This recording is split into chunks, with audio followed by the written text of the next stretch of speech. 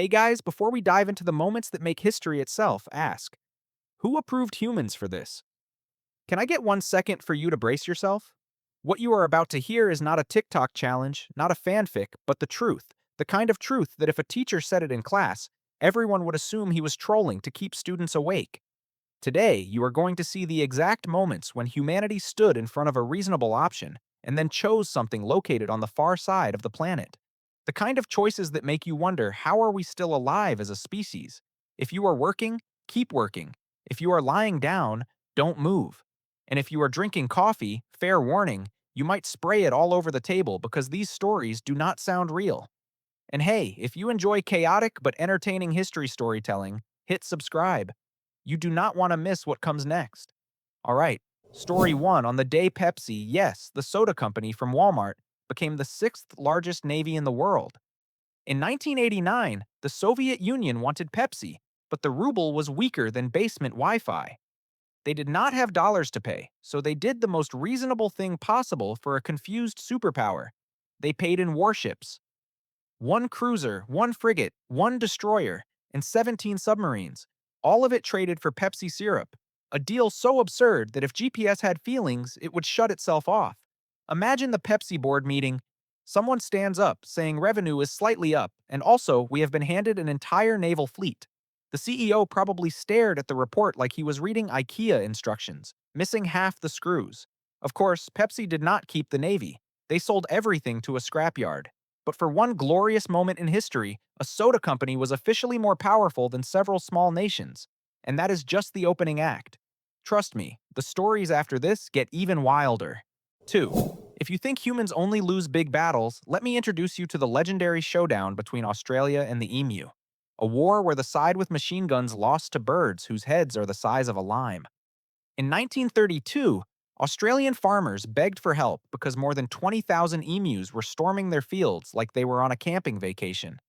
The government heard the complaints, nodded, and came up with a solution that seemed reasonable at the time: to send actual soldiers with actual machine guns. Yes, real military, not zoo employees. The problem was that the emus did not just run fast, they ran like NFL athletes fleeing debt collectors. They zigzagged, changed direction, dove into bushes, and even split into formations like they had an invisible commander calling plays. Australian soldiers later said fighting them felt like trying to shoot at a gust of wind with legs. An official report noted that bullets were used many times. Emus killed a few, a statistic no officer wants anywhere near his career record. After weeks of chasing birds and achieving nothing except raising ammunition sales, the Australian Army finally announced a retreat. They lost. Lost to a bird that cannot fly. If you Google most ridiculous battle in history, I guarantee the algorithm will show you this one and quietly ask, are you sure humans are the smartest species? 3. This is the only story in sports history where the winner had no idea he'd won.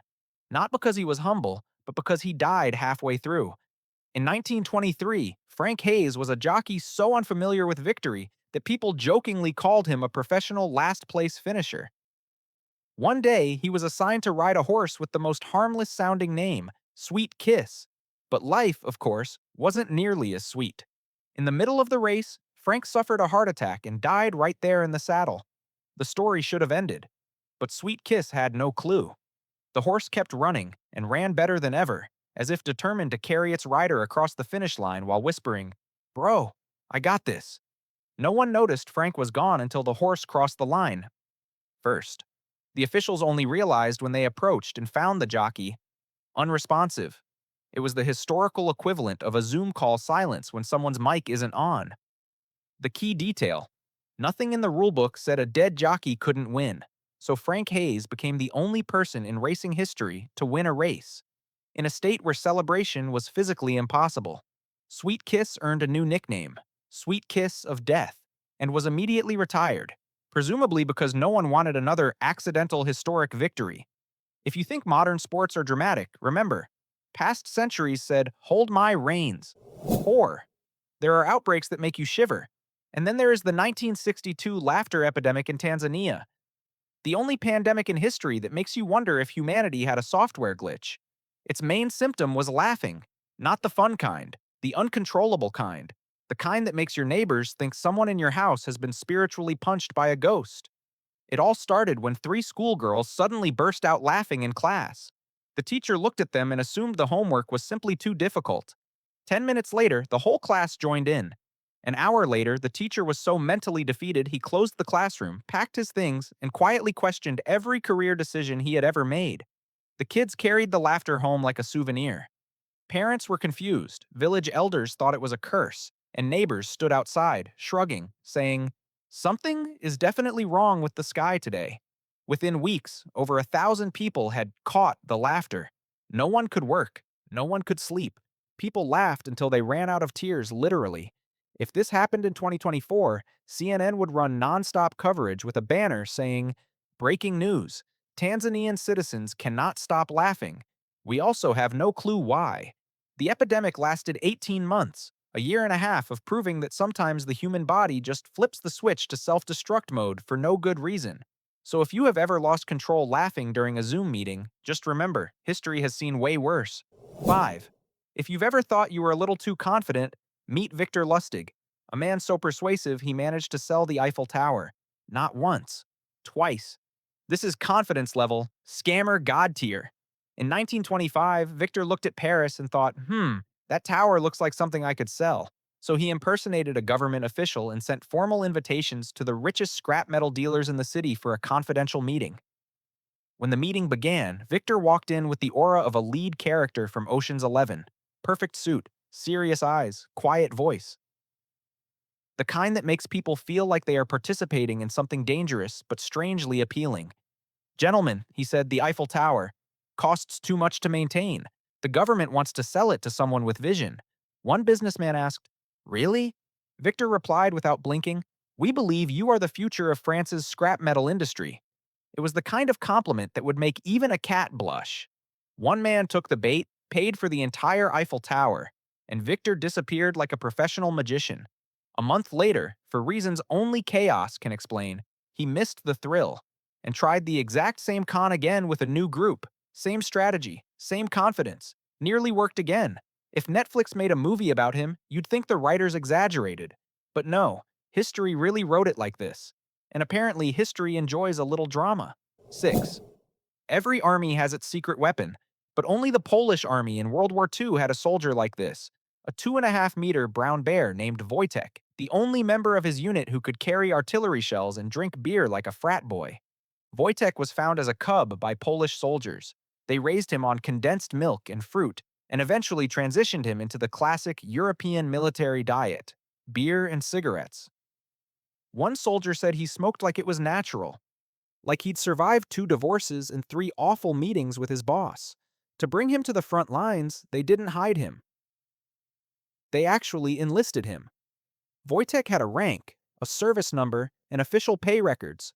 At the Battle of Monte Cassino, when artillery shells needed to be moved fast, Wojtek walked in like an overachieving warehouse worker, grabbing 100-pound crates in his jaws and marching them straight to the gun crews. Now imagine German soldiers looking across the battlefield and seeing a massive bear casually hauling artillery ammo. That was probably the only moment in the war when a whole group of German troops collectively thought, "We do not get paid enough for this." Wojtek became a legend and the symbol of his unit. And if anyone in history understood what a reliable teammate truly means, it was the bear who carried shells like a weightlifter and drank beer like it was part of military policy. 7. If you think modern taxes are complicated, look back at 18th century London, where the government decided to tax sunlight. Yes, they taxed you by the number of windows you had. More windows, higher taxes. A policy that sounded like a movie villain trying to punish citizens for being a little too happy. People reacted in the only logical way to an illogical rule. They bricked their windows shut. Overnight, London became the real-life prototype of a low-light horror film. Daytime looked like permanent dusk. At night, let's just say even the cats needed lanterns to navigate. Neighbors began arguing in the classic British fashion, one house accusing the other of cheating because a sliver of light was still visible, the other replying that it was just sunlight leaking through a crack the first house hadn't sealed properly. Some streets had only one visible light source: the keyholes. A blacksmith recalled, "I opened my door and wasn't sure if I was in London or in a basement waiting for firefighters to rescue me." Even doctors complained. Their homes were so dark they couldn't tell whether a patient had a fever or was simply red from being annoyed. Eventually, they realized taxing windows had turned into taxing public health because the whole city was so deprived of sunlight that diseases spread faster than rumors in a pub. That's when history gently reminded everyone. Sometimes a policy needs the lights turned on before it gets signed. 8. If you think modern Olympics have drama, take a look at the 1904 Olympic Marathon, the only sporting event in history where spectators couldn't decide whether to laugh, cry, or call law enforcement. The temperature was nearly 40 degrees Celsius. The course was so dusty people said breathing felt like swallowing sand. Organizers thought these conditions would test endurance, but all they really tested was the medical team's patience. The first man to cross the finish line? Disqualified because he hitched a ride in a car for 11 miles. Yes, full drive-through mode, then casually rejoined the race as if nothing happened. The official winner was boosted with a mixture of brandy and rat poison. His trainers called it a scientific strategy. Sure, scientific in a medieval alchemy sort of way. And the highlight of the day? One runner got chased off course by a pack of stray dogs for several miles. If ESPN had existed back then, analysts would have broken it down frame by frame. As you can see, the athlete brilliantly sidesteps the largest dog here, showcasing elite agility under pressure. A Cuban runner stopped mid-race to pick apples from an orchard. The apples were rotten. He collapsed vomiting, then got up and kept running. Iron will or poor decision making? Probably both. The marathon ended with more people nearly dying than finishing. This wasn't a sporting event. It was a survival episode that accidentally got filmed at the Olympics. 9. If you think any modern policy is bad, wait until you hear about British-ruled India, where the government decided to pay people for every dead cobra they turned in. On paper, the plan sounded perfect. Fewer cobras, safer streets. But they forgot one crucial detail. Humans are extremely good at breaking the system. At first, things went great. People brought in cobras, collected rewards, and everyone thought the program was a stroke of genius. Then someone looked at the reward money and had the most dangerous idea in economics. Why don't I breed cobras? Within months, peaceful neighborhoods turned into mini snake farms. Neighbors flexed their cobras like prized houseplants. Check this one out. Harvested the venom this morning. Premium stuff. Another guy bragged, I'm breeding a line twice the size. Big payout this season. The government saw the rising number of dead snakes being submitted and assumed the public was working really, really hard. Until they discovered the truth, nobody was hunting cobras. They were running full-scale reptile factories. Embarrassed, the government shut the bounty program down. And that's when disaster entered its second phase. With no more reward money and no desire to keep feeding hundreds of cobras, breeders did the only logical thing you can expect from a failed policy. They released every single snake back into the wild. The result? The cobra population exploded far beyond what it had ever been. The government set out to reduce snakes and accidentally created Cobra Apocalypse, Expanded Edition. 10. If you think college students only make questionable choices in the era of TikTok, let me reassure you, America in the 1930s was years ahead. This was the golden age of college boys doing things nobody asked for and nobody needed, like swallowing live goldfish. It all began at Harvard, where one student wanted to impress a girl he liked. And through the mysterious logic of youthful bravado, he decided the best way to win her heart also was to swallow an entire goldfish in front of everyone. No flowers, no letters, no romance, just digestive showmanship. Unsurprisingly, the girl was not impressed. But his friends? They were stunned by and immediately turned it into a nationwide challenge. Within weeks, campuses across the country were hosting Who Can Swallow the Most Goldfish contests, as if America had accidentally invented the world's worst sport.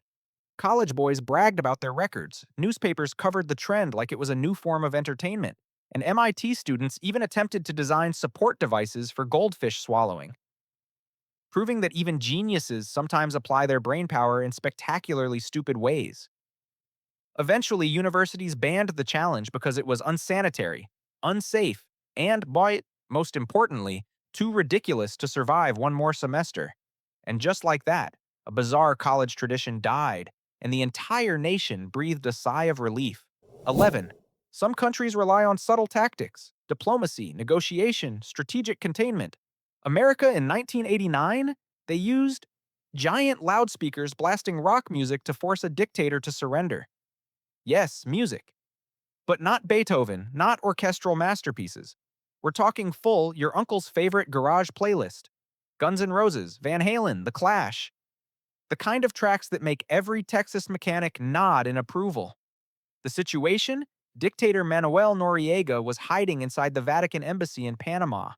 The US couldn't attack, couldn't storm the place, so they went with an approach that was definitely born in a very creative meeting. Crank up the rock. He won't last a week. They set up massive speakers around the building and blasted Welcome to the Jungle 24/7 at a volume that made the windows vibrate. Some soldiers later said they had to wear earplugs all day because they themselves couldn't survive the playlist their commanders proudly called strategic sound warfare. In reality, it was just every American dad's 1980s karaoke mixtape.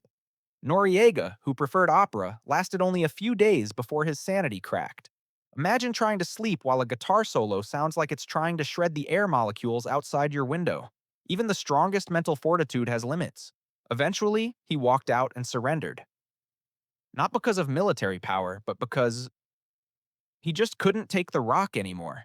This may be the only moment in history where a conflict ended thanks to a playlist that gave both sides a headache. 12. One afternoon in March 1876, the people of Kentucky were going about their day when suddenly, meat started falling from the sky. No rain, no storm clouds, no thunder.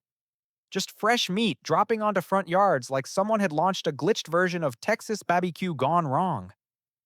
Chunks landed on lawns, rooftops, and porches.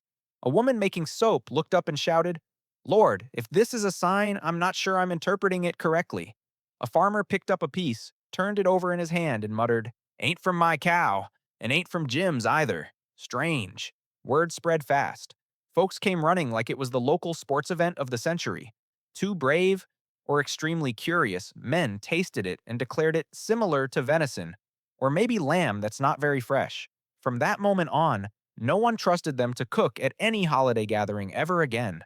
The modern explanation is surprisingly straightforward. A flock of vultures had overeaten, flew over the town, and collectively threw up their lunch. Yes, you heard that right. Kentucky experienced a full-scale shower of pre-digested protein. If this happened today, TikTok would be flooded with videos titled, "POV, you're just trying to work, and the sky throws meat at you." And Texans? They'd simply say, "That ain't BBQ, that's a crime." A bizarre phenomenon, but perfectly on brand for 19th century America. Whatever the sky gives, you just deal with it, even if it's meat dropped from 200 meters above. 13. If you think Battle Royale only exists in video games, Austria in 1788 ran the beta test and failed miserably. This is one of the few battles in history where the enemy never showed up, and the army still found a way to lose. Picture this. Late night, Austrian camp. A group of soldiers had way too much schnapps. The kind of drinking session that makes even the forest want earplugs. Drunk and loud, they started arguing about who had the key to the liquor supply. Someone slammed a table, someone cursed, and then a gunshot went off. No one knows from where. Chaos ignited instantly. In the darkness, one soldier shouted, "The Turks are attacking," like he was announcing the season finale of a show no one asked for. No one checked. No one questioned. 100,000 men leapt up, grabbed weapons, and entered a real-life battle royale with themselves. Cavalry charged infantry. Infantry fired at artillery. Artillery blasted back at anything that moved, including their own lines. Screaming everywhere. Gunfire, hoofbeats, drunken yelling. A soundtrack Beethoven would absolutely refuse to claim. By sunrise, the actual Ottoman forces arrived, only to find 10,000 Austrians already on the ground because they had fought themselves. The Ottomans practically had to ask, did we show up late or something? It might be the only battle in history where the winning side's greatest strategy was simply letting the other army destroy itself first. 14. The First Battle of Bull Run in 1861 was supposed to be a relaxing afternoon watching the Unions swat some rebels. At least that's what Washington's elite believed. The same people who decided to turn a battlefield into a picnic site. They prepared like it was the 4th of July fireworks. Folding chairs, blankets, opera glasses, and picnic baskets stuffed with fancy sandwiches, cheese, and French wine. One lady even said, What a lovely chance for the children to watch history. If she had known what was coming, she would have locked those children in the basement and thrown away the key. Everything seemed calm until the Union actually started losing. Within minutes, gunfire intensified, smoke thickened, and soldiers began sprinting back like they were being chased by a Black Friday stampede. The elites panicked. Gentlemen in tailored coats ran alongside mud-covered soldiers, desperately clutching their picnic baskets. One reporter wrote that he watched a dignified man trip 3 times while protecting a bottle of 1855 Bordeaux, until he got stuck in a jam of fleeing wagons and had to throw the bottle away to survive. That might have been the deepest emotional wound of the entire day. The retreat back to Washington turned into a traffic jam of fear, confusion, and shattered expectations. One furious lady cried, "I only wanted to see a quick victory. How did it turn into this?" History answered softly, "Because you brought tablecloths to a battlefield." 15. Before the era of modern beard culture, where American men grow facial hair like every barista in Brooklyn, 17th century Russia had the exact opposite problem. Peter the Great looked at the long, majestic beards of Russian nobles and declared, "No, we're modernizing, and modern means clean shaven." He immediately introduced the beard tax. Want to keep your beard? Pay. Don't want to pay? Step into the town square for an on the spot shave. No anesthetic, no debate, no dignity. Every modern hipster would faint hearing this, the same way they'd faint if their favorite coffee shop switched to cheap beans. The nobles were furious. One shouted, "A beard is the soul of a Russian man." Another tried hiding his beard under a scarf, looking like a failed cosplay attempt. But Peter's soldiers had clear orders. Any untaxed beard gets shaved. Right there. In public. Yes, literal 1698 street-side humiliation. Peter even handed out metal tokens shaped like mustaches that said, "The beard is permitted." That meant men had to carry a beard license, like people now carry gym membership cards. Modern comparison. Today, American men grow beards to look rugged. Back then, Russian men kept theirs to prove they'd paid taxes. In his push to drag Russia into a new age, Peter accidentally created the world's first government versus facial hair war. And like every bizarre conflict in history, the universe simply watched and sighed. 16. If you think one bad financial decision can ruin your life, meet 17th century Scotland. A nation that managed to bankrupt itself with a single idea, founding a colony in Panama. Sounds ambitious, looks fantastic on paper. In reality, a financial catastrophe wrapped in a fake travel brochure. The plan was called the Darien scheme, meant to turn Scotland into a global trading empire. They advertised Panama as a tropical paradise. Maps showing blue beaches, clear skies, palm trees swaying. Basically a poster a modern travel agency could sue for plagiarism. The real place? A boiling swamp full of mosquitoes the size of mini helicopters and crocodiles waiting like they were hosting an all-you-can-eat buffet. In every meeting, Scottish officials stood up declaring, "This is our chance to change history." And I'm convinced at least one financial advisor in the back was sighing so hard his soul nearly left his body. Thousands invested. Thousands boarded ships. And thousands arrived only to realize they had signed the 1600s version of a "you lose your money the moment you click accept" contract. Disease, starvation, and brutal climate wiped the colony out faster than a pyramid scheme startup. Survivors crawled home empty-handed, dragging the entire nation into collapse. Scotland lost nearly a quarter of its wealth and had to unionize with England just to avoid going bankrupt. One big dream, one terrible decision. And history simply watched from the sidelines and wrote down, "This is what happens when you don't read the terms and conditions." 17.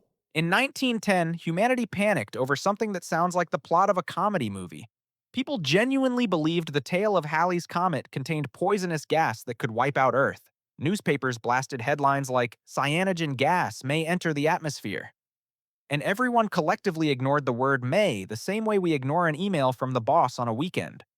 All across America, people entered full panic mode. Folks bought anti-comet pills, which were literally just sugar candies sold at the price of miracle medicine. Others crafted homemade gas masks out of rubber tubing, looking like the knockoff version of a Halloween costume gone terribly wrong. The crown jewel of creativity, or desperation, was the businessman selling anti-comet umbrellas. He advertised that a regular umbrella could block cosmic poison drifting from an object tens of millions of miles away. Marketing in that era was extremely confident. Families locked their homes like preparing for the apocalypse. Others gathered outside to watch the most beautiful death in the universe.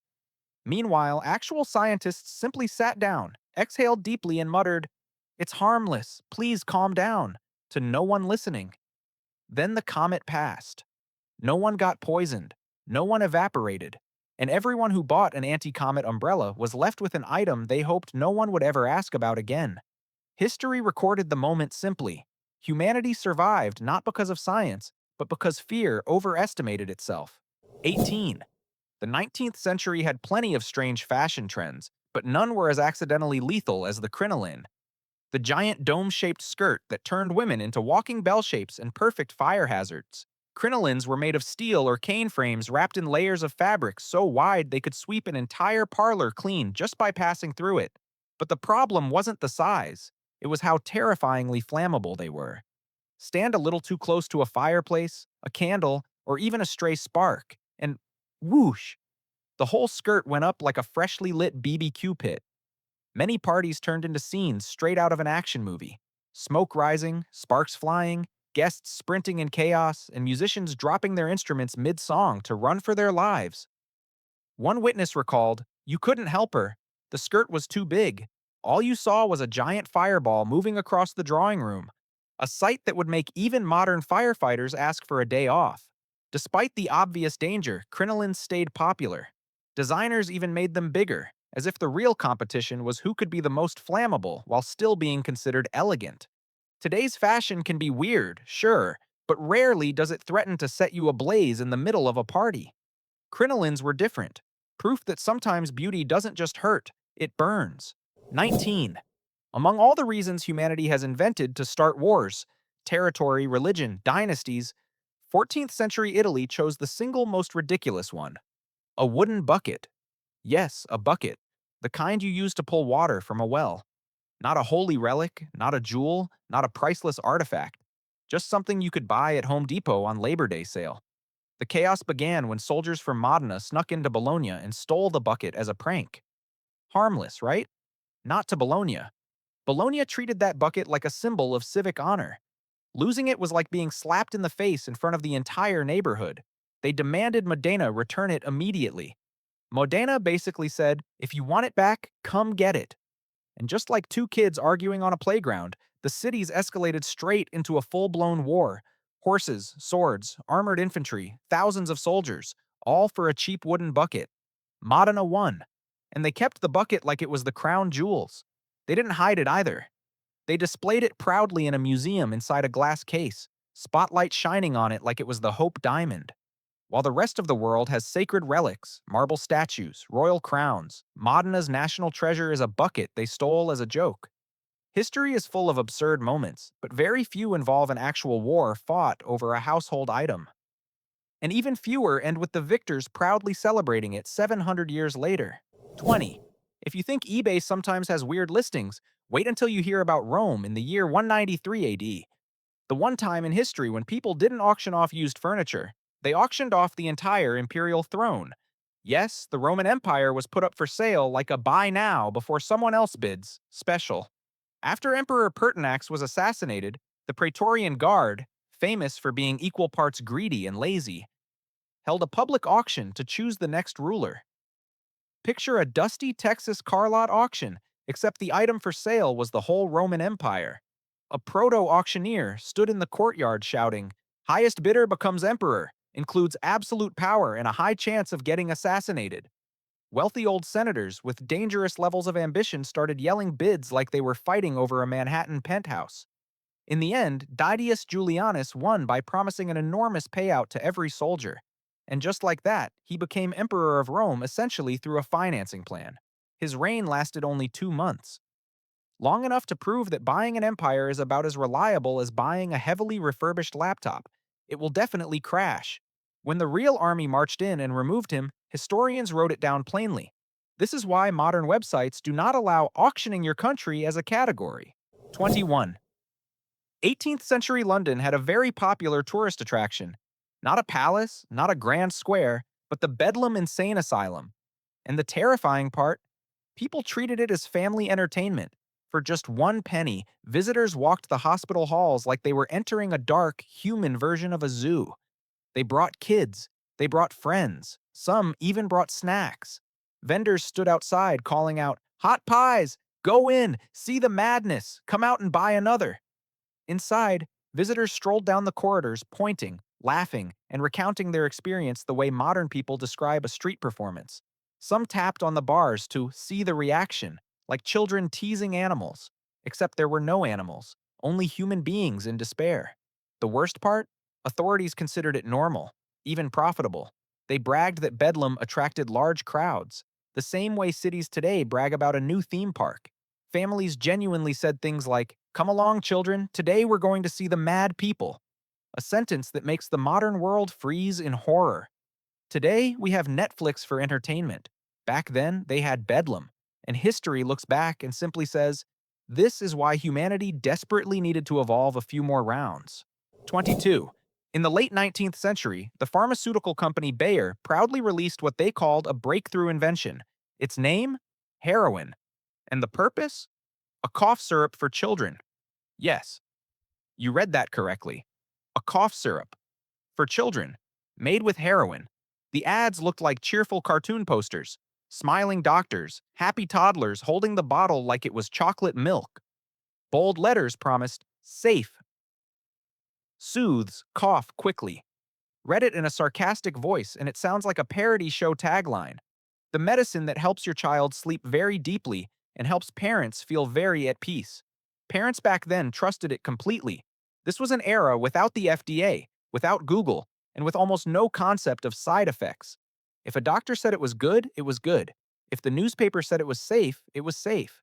If an ad claimed it made children feel better, they believed it wholeheartedly. And yes, the children did feel better in the exact way that modern science would consider deeply alarming. The kids stopped coughing, stopped crying, stopped running around. In fact, they stopped doing anything. Parents even praised it. Amazing stuff. Only years later, when the world finally woke up, did people realize Bayer had accidentally created one of the most dangerous missteps in medical history. Today, those old ads look like dark memes, the kind you double-check for legality before laughing. There are medical mistakes. And then there's selling heroin to children. 23.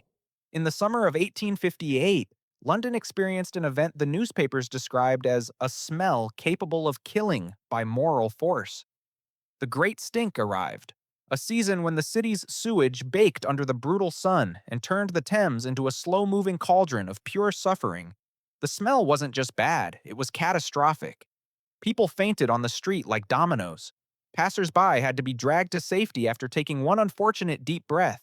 One witness said it felt as if every foul odor from every public toilet and every rotting heap of garbage had merged to form an invisible monster. And the British Parliament? Not spared. Their building sat right next to the reeking river. Minutes after opening a session, members began coughing, tearing up, and holding their breath. One desperate MP suggested, "Perhaps we should adjourn and simply run home." They tried everything, hanging blankets over the windows, soaking those blankets in chlorine, lighting dozens of incense sticks. Nothing worked. One official wrote in his diary, "I cannot recall a single bill discussed today, only the overwhelming urge to survive."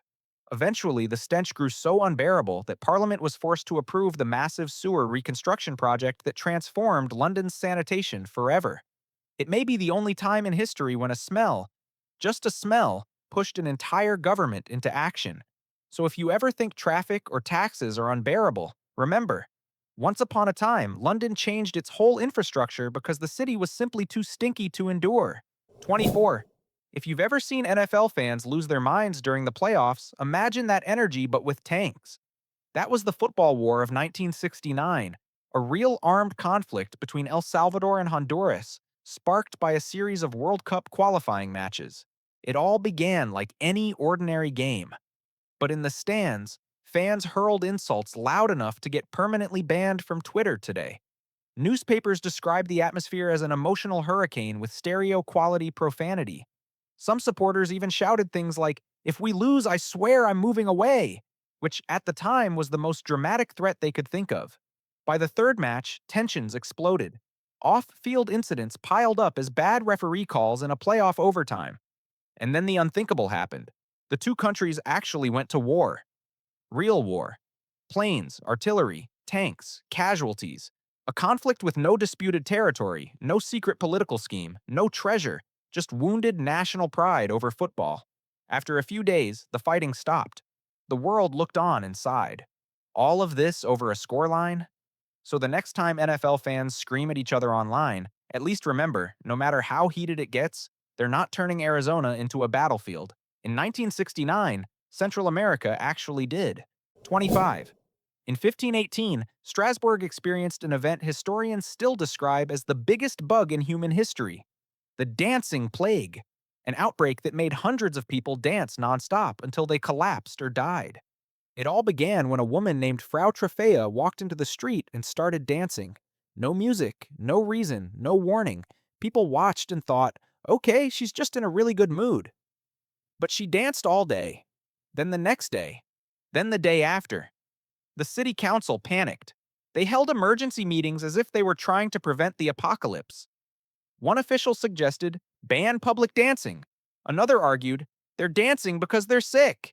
In the end, the council landed on a solution only a science-illiterate era could invent: hire musicians. Yes, they believed that if people were dancing because of an illness, then the best cure was to give them more music to dance to.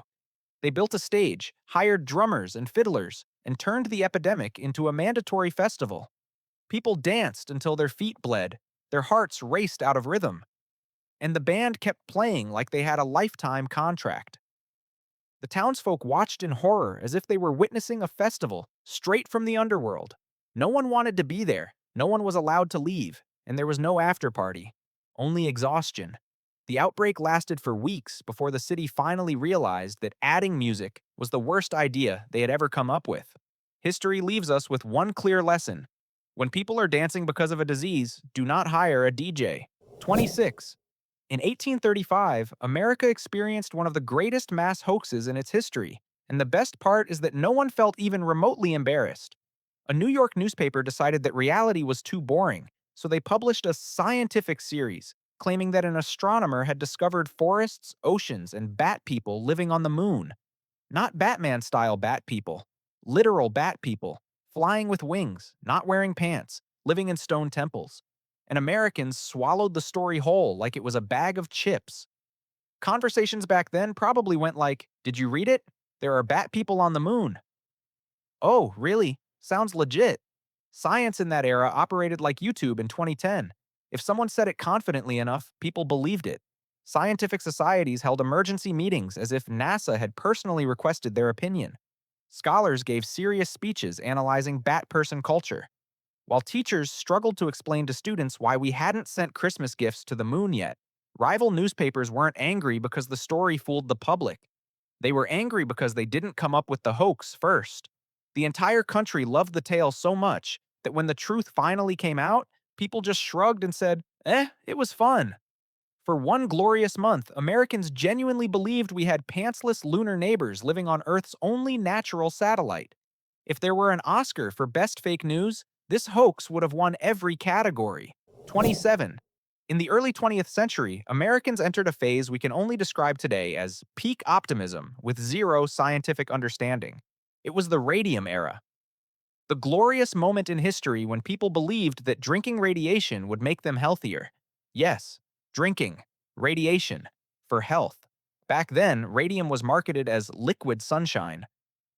Companies rushed in to make everything: radium water for energy recovery, glowing toothpaste, glowing chocolate, and even glowing men's underwear. Some ads proudly bragged that the products could glow in the dark, as if that was a feature and not a red flag that you were turning into a human flashlight. People drank radium water and reported feeling warm inside, more energetic, and slightly luminous at night. Which, unfortunately, was literally true. Some even recalled seeing their friends shimmering in dark rooms like malfunctioning glow sticks at Coachella. One of the most devoted believers was a wealthy businessman who drank radium every single day, convinced he was becoming younger. According to medical records, the only thing rejuvenating was his jaw, because it slowly dissolved.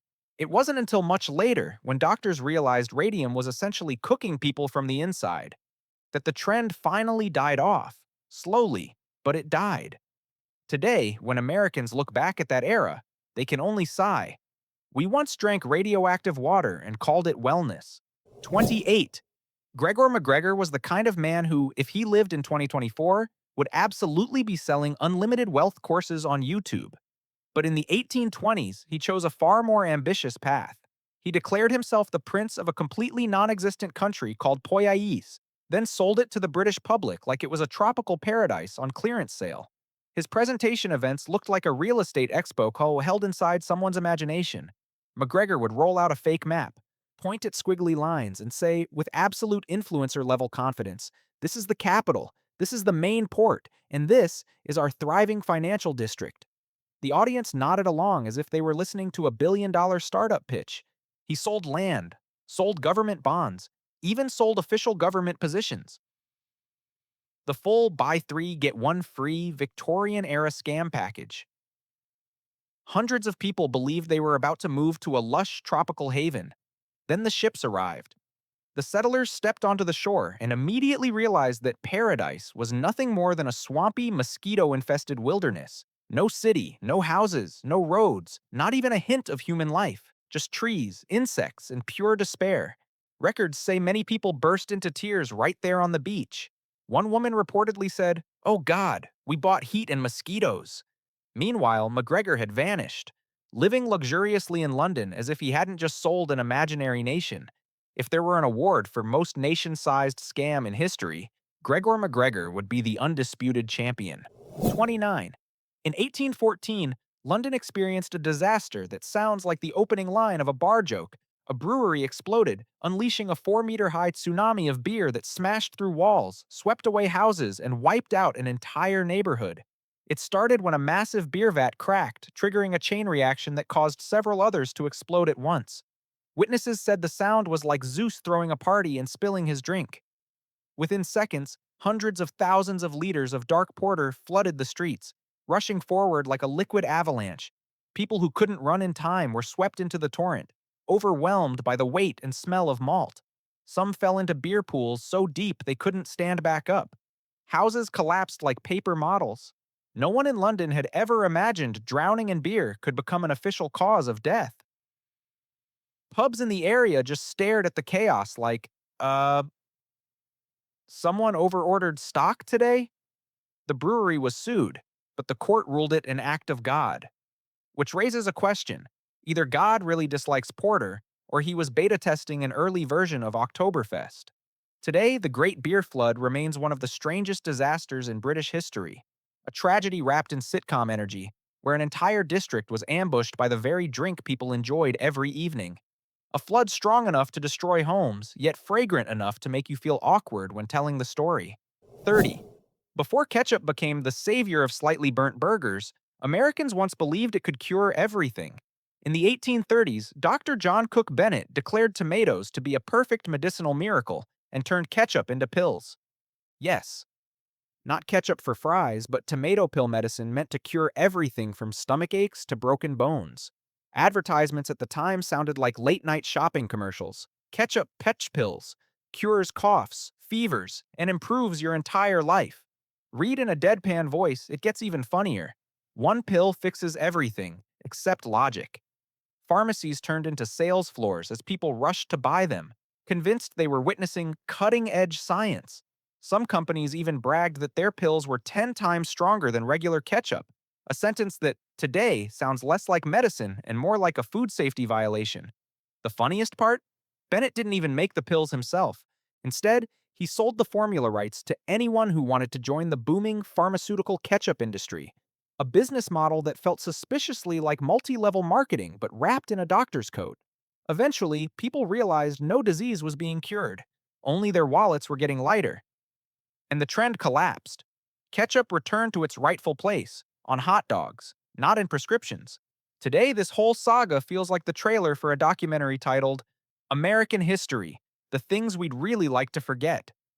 And that's the final chapter in our journey through 30 historical moments so absurd you'd think humanity was speedrunning bad decisions. If you know an event even crazier, drop it in the comments. I want to see how far history can twist the plot. And don't forget to like and subscribe so you won't miss our next trip into the past, where everything is weirder than you think.